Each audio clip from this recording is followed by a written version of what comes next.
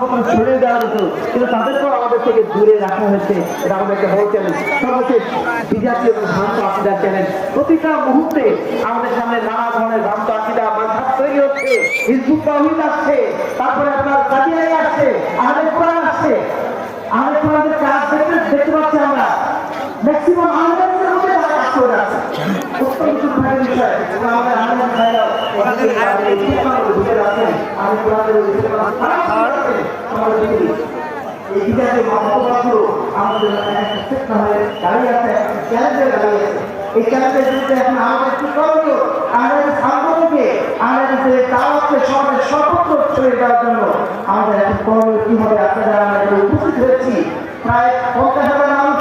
যদি আমরা অনলাইনে ধরি আরো অনেক মানুষ আমাদের আজকে এই মাহফিলে উপস্থিত রয়েছেন। আমরা আপনাদের সবার প্রতি গুরুত্ব আরোপ করতে চাই। আমাদের প্রত্যেকের দায়িত্ব হচ্ছে এই সমাজের বুকে বিশুদ্ধ ইসলামের এই